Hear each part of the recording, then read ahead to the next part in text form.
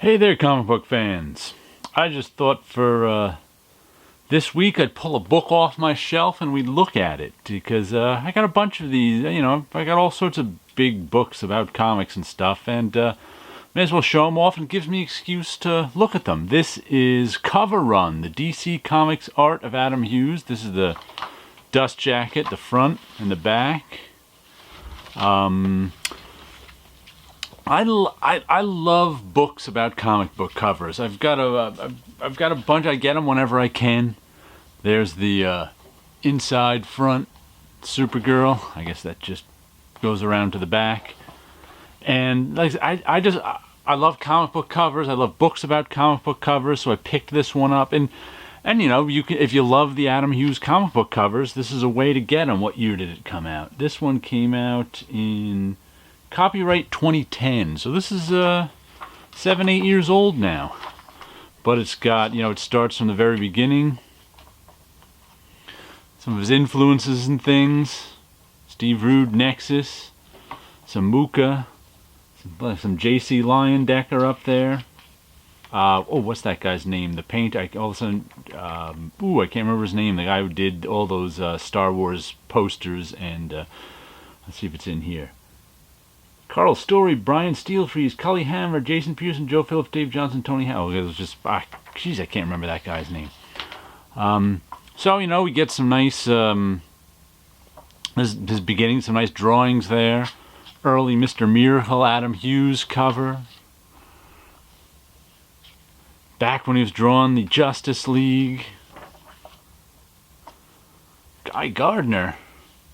Yeah, this is just, collection of... I love this. I love comic book covers, so books about comic book covers are great. Because those are all his Justice League stuff. I Break for Aliens. Valor. What year was all this? Does it give us a year?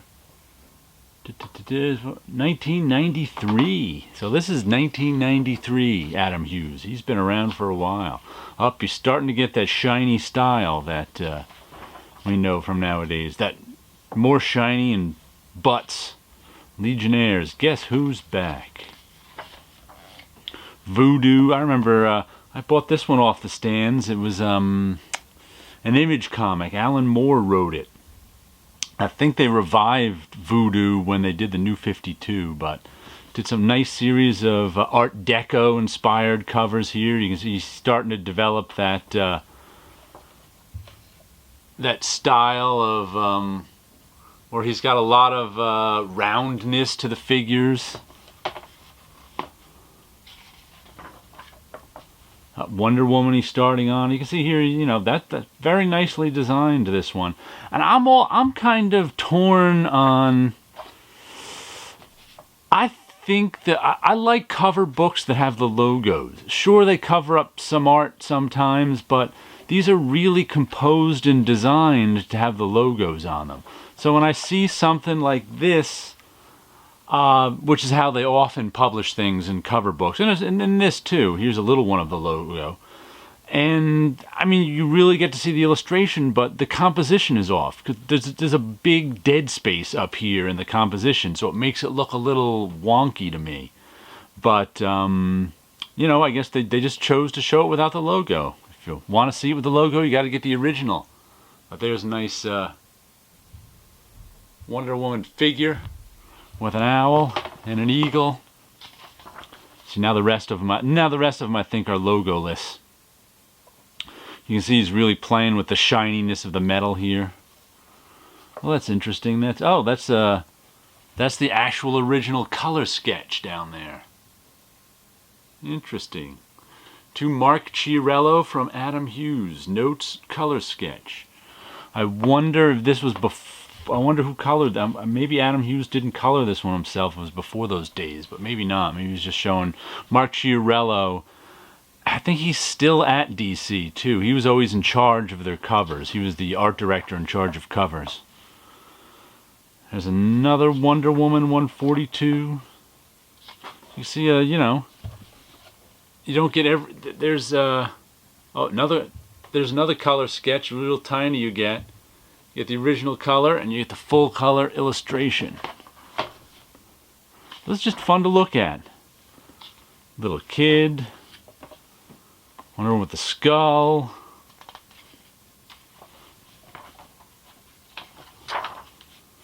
So you like this is a lot of people don't know these books exist, especially this Adam Hughes one since it came out in 2010. But look at that nice original thumbnail up there.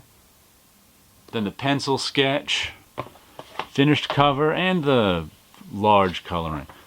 But I also like the way this is presented because I like to see the images.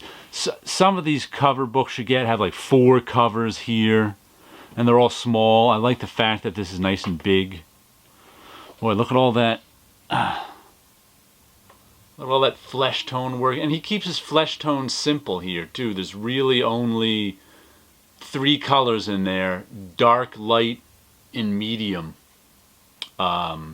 Skin tone for her. So that's actually sort of the simplest way to do skin tone, but he does it so well. I've seen that way of doing skin tone go wrong, but it never seems to go wrong with him.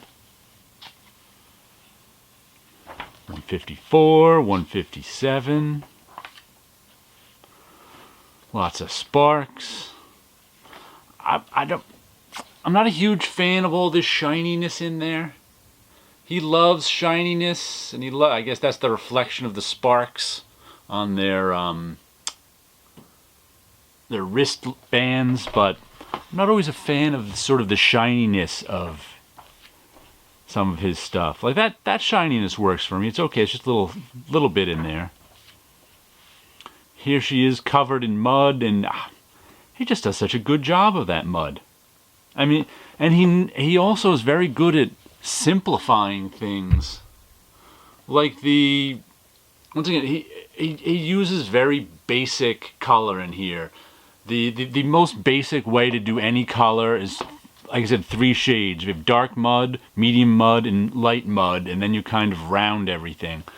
But not everybody's this good at it. Here she's a random bat. More Wonder Woman. Oh, you can get all these, you know. Let's see, what was the price on this book in 2010? $40. Of course, you can get it a lot cheaper on Amazon. You could probably get it used now a lot cheaper. I don't think I paid $40 for it even back then. See, she's starting to get he's starting to get a little more. If you look in the color on Superman's face, he's actually got a 4th color there, a different sort of flesh tone, a yellower one that I think is supposed to look sort of like a beard. So you got a little different in there. Once again, shiny. I'm just not a fan of that shiny. More shiny. Oh, look at that nice pencil drawing right there. Good stuff.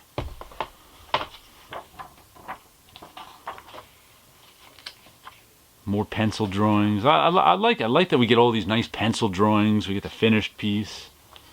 Here's that famous one. And this one has the logo on it.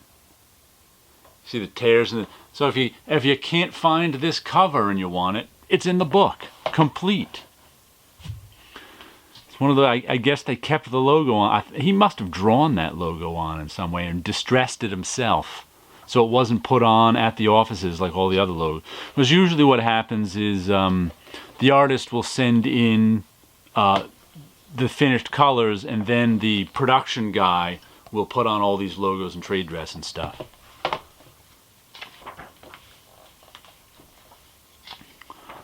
Nice stuff. And he also uses the thick outline with the roundness. You can see his style is interesting because a lot of the inside of the figures is just color, rounded color, but the outside of the figures he uses a holding line. Like I said, I've seen that holding line go wrong for so many other artists, but he pulls it off every time. Ooh, I like that sketch. Nice sketch right there. As you can see, he changed the figure in the final. Kept most of the rest of the sketch the same, but changed the figure. More Wonder Woman. That's a hard pose to pull off, but he did it. I say here the lens flare is too much for me. I'm especially not a fan of lens flares, because one of the problems with lens flares is you need to be looking through a lens to actually. So I can get into a whole discussion of what we accept as realism these days, but a lens flare is not realistic because you have to be looking through a camera to see one. But so much of our world is brought to us by cameras that we accept lens flares as sort of a realistic touch. But that's a whole other discussion. Fire. There she is, waiting for stuff. Pose. Up, twirling. Well, let's skip ahead a little bit to the Catwoman stuff. We're almost getting there anyway. Oh, there's that. We're getting to the Catwoman stuff right away anyway. But you see, that looks completely incomplete without the logos up there. I'm just kind of like, you could have given it, but they gave it to us down here. But I think I like cover books with the logos in them better. Now let's skip ahead to Catwoman.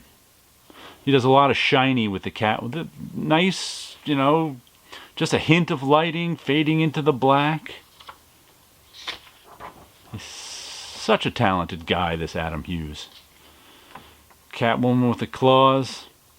Stuff like that draws a little bit too much attention to itself for me when he's just using a blur effect in Photoshop. It's like everybody knows what that is, and it's kind of nice Catwoman Zatanna, noir feel to that one. Here's the famous one. Are those the lost numbers in that one too?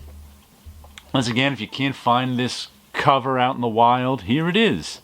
And you even get the nice sketches with it. Oh, look at that. That must have been the original sketch right there before she was even holding it up. Kind of cool. Gritting her teeth. Looking all coy and, I didn't do anything wrong. Lone Wolf and Cub take off.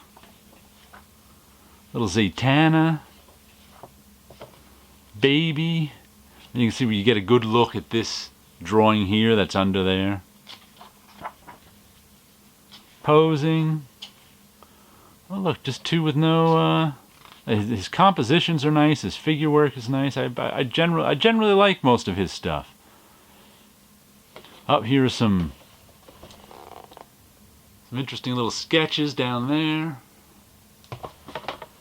But just a fun book. We'll flip through the last pages. Like that. And the gesture of his figure work is always nice. I'm not even he must use photo reference at times. I'm not even sure. He's not because he uses like photo lighting in some of it sometimes. But any way he does it, he pulls it off better than most. There's that shiny Catwoman. Catwoman with a frame, and you can see how much how much the color adds to it, because his stuff is good in black and white, but it comes alive in color. Even with the limited color palette he uses.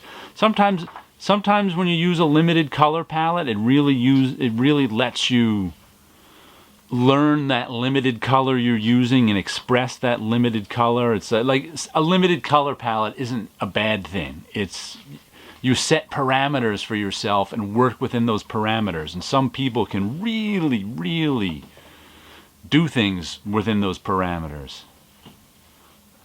Nice. I like this one a lot. The money flying around just makes for a nice composition. Great look she's given us. Here, let's see. There's looks like he worked on that look pretty hard too. There's one version of it. There's another version of it up here. It's like he added the money later on after he even colored the whole thing and then added the money. More statues. Let's see, Supergirl. There's that Supergirl cover everybody tries to hunt down. Supergirl and the Legion. It's right in this book. If you want a copy of it, you can go on Amazon and get this book. Just flip through the last. Some Batman. Some Don't know who that is. Lady with long fingers, water guy,